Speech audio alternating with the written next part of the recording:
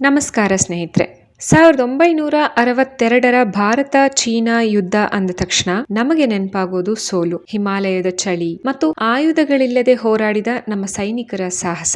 ಆದ್ರೆ ಅದೇ ಕತ್ತಲಿನ ಸಮಯದಲ್ಲಿ ಭಾರತದ ಬೊಕ್ಕಸ ಖಾಲಿಯಾಗಿದ್ದಾಗ ಒಬ್ಬ ಮಹಿಳೆ ಎದ್ದು ನಿಂತು ಮಾಡಿರೋ ಸಾಹಸ ಇವತ್ತಿನ ಟೆಕ್ಸ್ಟ್ ಬುಕ್ ಗಳಲ್ಲಿ ಇಲ್ಲ. ಹಾಗಾದ್ರೆ ಯಾರು ಈ ಮಹಿಳೆ? ಇತಿಹಾಸದ ಪುಟಗಳಿಂದ ಇವರ ಹೆಸರನ್ನ ಯಾಕೆ ಅಳಿಸಿ ಹಾಕ್ಲಾಯ್ತು? ಇವತ್ತು ನಾವು ಅದೆಷ್ಟೋ ಜನರಿಗೆ ಪದ್ಮಶ್ರೀ ಪ್ರಶಸ್ತಿ ಕೊಡ್ತೀವಿ, ಆದ್ರೆ ತನ್ನಲ್ಲಿದ್ದ ಸರ್ವಸ್ವವನ್ನ ಅಂದ್ರೆ ಬರೋಬ್ಬರಿ 600 kg ಚಿನ್ನವನ್ನ ದೇಶಕ್ಕಾಗಿ ದಾನ ಮಾಡಿದ ಇವರಿಗೆ ಸಿಕ್ಕ ಗೌರವ ಎಷ್ಟು? ಇವತ್ತಿನ ವಿಡಿಯೋದಲ್ಲಿ ನಾವು 1962ರ ಯುದ್ಧದ ಅತಿ ದೊಡ್ಡ ಹಿಡನ್ ಹಿಸ್ಟ್ರಿ ಬಗ್ಗೆ ಮಾತಾಡೋಣ.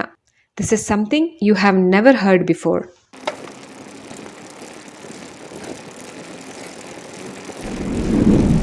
1962 ಭಾರತದ ಇತಿಹಾಸದ ಅತ್ಯಂತ ಕಷ್ಟದ ಕಾಲ. ಚೀನಾ ನಮ್ಮ ಬೆನ್ನಿಗೆ ಚೂರಿ ಹಾಕಿದಾಗ ನಮ್ಮ ಸೈನಿಕರ ಹತ್ತಿರ ಸರಿಯಾದ ಬಟ್ಟೆ ಇರ್ಲಿಲ್ಲ, ತಿನ್ನೋಕೆ ಅನ್ನ ಇರ್ಲಿಲ್ಲ. ಆಗ ಇಡೀ ದೇಶ ಕಣ್ಣೀರು ಹಾಕ್ತಾ ಇತ್ತು. ಅಂತ ಸಮಯದಲ್ಲಿ ದರ್ಬಾಂಗದ ಮಹಾರಾಣಿ ಕಾಮಸುಂದರಿ ದೇವಿ ಅವರು ಒಂದು ಮಾತು ಹೇಳ್ತಾರೆ, ನನ್ನ ದೇಶದ ಮಣ್ಣು ಮತ್ತು ಸೈನಿಕರ ಜೀವ ಉಳಿಬೇಕು ಅಂದ್ರೆ ಈ ಚಿನ್ನದ ಒಡವೆಗಳು ನನಗೆ ಯಾಕೆ ಅಂತ. ತನ್ನ ಮೈ ಮೇಲಿದ್ದ ಒಡವೆಗಳಿಂದ ಹಿಡಿದು ಅರಮನೆಯಲ್ಲಿದ್ದ 600 kg ಚಿನ್ನ ಮತ್ತು 3 ವಿಮಾನಗಳನ್ನ ದೇಶಕ್ಕಾಗಿ ಕೊಟ್ಟ ಆ ತಾಯಿಯ ಕತೆ ಕೇಳಿದ್ರೆ ಇವತ್ತಿಗೂ ಮೈ ಜುಮ್ ಅನ್ನತ್ತೆ. ಯಾರು ಈ ಮಹಾರಾಣಿ? ಇತಿಹಾಸ ಇವರನ್ನ ಯಾಕೆ ಮರೆತು ಬಿಡ್ತು? ಇವತ್ತಿನ ವಿಡಿಯೋದಲ್ಲಿ ಟೆಲಿವಿಷನ್ ಮೀಡಿಯಾಗಳು ತೋರಿಸದ, ಪಠ್ಯ ಪುಸ್ತಕಗಳು ಹೇಳದ ಆ ಅಜ್ಞಾತ ವೀರಾಂಗನೆ ಮಹಾರಾಣಿ ಕಾಮಸುಂದರಿ ದೇವಿಯವರ ಕಣ್ಣೀರು ತರಿಸೋ ಕತೆ ಹೇಳ್ತೀನಿ. ಕೊನೆವರೆಗೂ ನೋಡಿ, ಯಾಕೆಂದ್ರೆ ಇದು ಕೇವಲ ಕತೆ ಅಲ್ಲ, ಪ್ರತಿಯೊಬ್ಬ ಭಾರತೀಯನ ಹೆಮ್ಮೆ ಕೂಡ ಹೌದು. ಬಿಹಾರದ Darbhanga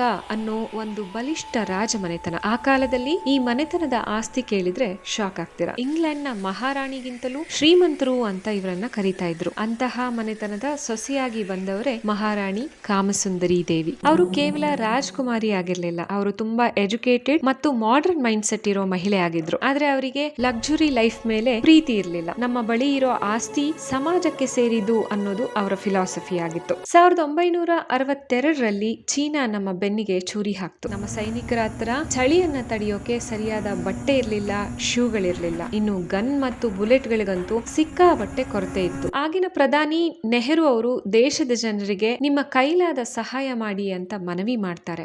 We must stand united in this hour of trial. The nation will prepare for what lies ahead with courage and resolve. ಆಗ ಇಡೀ ದೇಶ ಕಂಗಾಲಾಗಿತ್ತು. ಗಡಿಯಲ್ಲಿ ಸೈನಿಕರು ರಕ್ತ ಸುರಿಸ್ತಿದ್ರೆ ಇಲ್ಲಿ ಸರ್ಕಾರಕ್ಕೆ ಹಣಕಾಸಿನ ಸಮಸ್ಯೆ ಎದುರಾಗಿತ್ತು. ಈ ಸಂದರ್ಭದಲ್ಲೇ ದರ್ಬಾಂಗದ ಮಹಾರಾಣಿ ಒಂದು ದೊಡ್ಡ ತೀರ್ಮಾನ ಕೈಗೊಳ್ತಾರೆ. ಒಂದ್ ನಿಮಿಷ ಕಣ್ಮುಚ್ಚಿ ಯೋಚನೆ ಮಾಡಿ, 600 kg ಚಿನ್ನ, ಇವತ್ತಿನ ರೇಟ್ ನಲ್ಲಿ ಇದರ ಬೆಲೆ ಸಾವಿರಾರು ಕೋಟಿ ರೂಪಾಯಿ ಆಗುತ್ತೆ.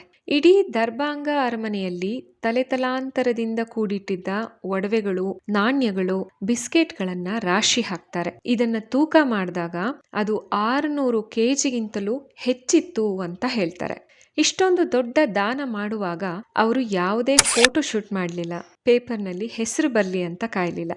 ಸುಮ್ಮನೆ ಅದನ್ನ ಸರ್ಕಾರಕ್ಕೆ ಹಸ್ತಾಂತರಿಸಿದ್ರು. ಅವರ ತ್ಯಾಗದ ಮುಂದೆ ಹಿಮಾಲಯದ ಪರ್ವತವೇ ಚಿಕ್ಕದಾಗಿಬಿಡ್ತು.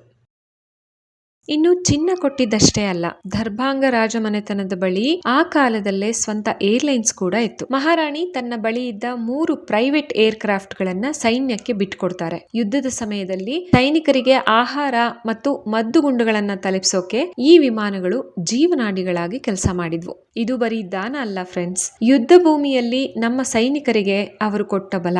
ಈ ವಿಮಾನಗಳು ಎಷ್ಟೋ ಸೈನಿಕರ ಪ್ರಾಣ ಉಳಿಸಿದ್ವು ಅನ್ನೋದು ಇಂದಿಗೂ ಇತಿಹಾಸದ ಪುಟಗಳಲ್ಲಿ ಅಡಗಿದೆ. ಇನ್ನು ಇಷ್ಟೆಲ್ಲ ದಾನ ಮಾಡಿದ ಮಹಾರಾಣಿ ಕಾಮಸುಂದರಿ ದೇವಿ ಅವರಿಗೆ ಸರ್ಕಾರ ಒಂದು ದೊಡ್ಡ ಬಿರುದು ಕೊಡೋಕೆ ಮುಂದಾಗತ್ತೆ. ಪದ್ಮ ಪ್ರಶಸ್ತಿ ಕೊಡೋಕೆ ಪ್ಲಾನ್ ಕೂಡ ಮಾಡುತ್ತೆ. ಆದ್ರೆ ಕಾಮಸುಂದರಿ ದೇವಿಯವರು ಅವನ್ನೆಲ್ಲ ನಯವಾಗಿ ತಿರಸ್ಕರಿಸ್ತಾರೆ.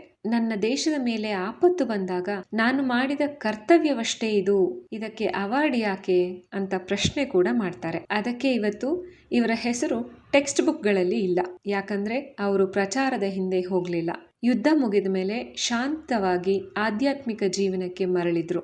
ಶಿಕ್ಷಣ ಮತ್ತು ಮಹಿಳಾ ಸಬಲೀಕರಣಕ್ಕಾಗಿ ತನ್ನ ಇಡೀ ಜೀವನವನ್ನ ಸವಿಸಿದ್ರು. ಸ್ನೇಹಿತರೆ, ಇವತ್ತು ನಾವು ಸೋಷಿಯಲ್ ಮೀಡಿಯಾದಲ್ಲಿ ದೇಶಭಕ್ತಿ ತೋರಿಸ್ತೀವಿ, ಆದ್ರೆ ರಿಯಲ್ ಸ್ಯಾಕ್ರಿಫೈಸ್ ಅಂದ್ರೆ ಏನು ಅನ್ನೋದನ್ನ ಮಹಾರಾಣಿ ಕಾಮಸುಂದರಿ ದೇವಿಯವರು ತೋರಿಸ್ಕೊಟ್ಟಿದ್ದಾರೆ. ದೇಶಕ್ಕಾಗಿ ಸರ್ವಸ್ವವನ್ನ ಕೊಟ್ಟ ಈ ಮಹಾರಾಣಿ ಇಂದಿಗೂ ಕೂಡ ದರ್ಬಾಂಗದ ಜನರ ಪಾಲಿಗೆ ದೇವತೆ.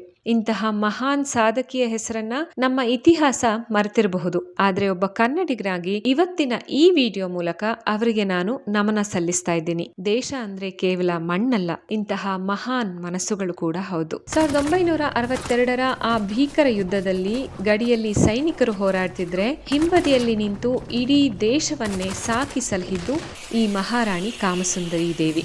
ನಿಮ್ಮ ಪ್ರಕಾರ ಇಂತಹ ಮಹಾನ್ ವ್ಯಕ್ತಿಗಳ ಬಗ್ಗೆ ಶಾಲಾ ಪುಸ್ತಕಗಳಲ್ಲಿ ಪಾಠ ಇರಬೇಕಾ ಬೇಡವಾ? ಕಮೆಂಟ್ ಮಾಡಿ ತಿಳಿಸಿ. ಈ ವಿಡಿಯೋ ನಿಮ್ಗೆ ಇಷ್ಟವಾದ್ರೆ ಲೈಕ್ ಮಾಡಿ, ಶೇರ್ ಮಾಡಿ. ಪ್ರತಿಯೊಬ್ಬ ಭಾರತೀಯನಿಗೂ ಈ ಮಹಾರಾಣಿಯ ಕತೆ ತಲುಪಲಿ. ಹಾಗೆ ನಮ್ಮ ಚಾನೆಲ್ ಅನ್ನ ಸಬ್ಸ್ಕ್ರೈಬ್ ಆಗೋದನ್ನ ಮರಿಬೇಡಿ. ಮುಂದಿನ ವಿಡಿಯೋದಲ್ಲಿ ಮತ್ತೆ ಸಿಗ್ತೀನಿ. ಜೈ ಹಿಂದ್, ಜೈ ಕರ್ನಾಟಕ.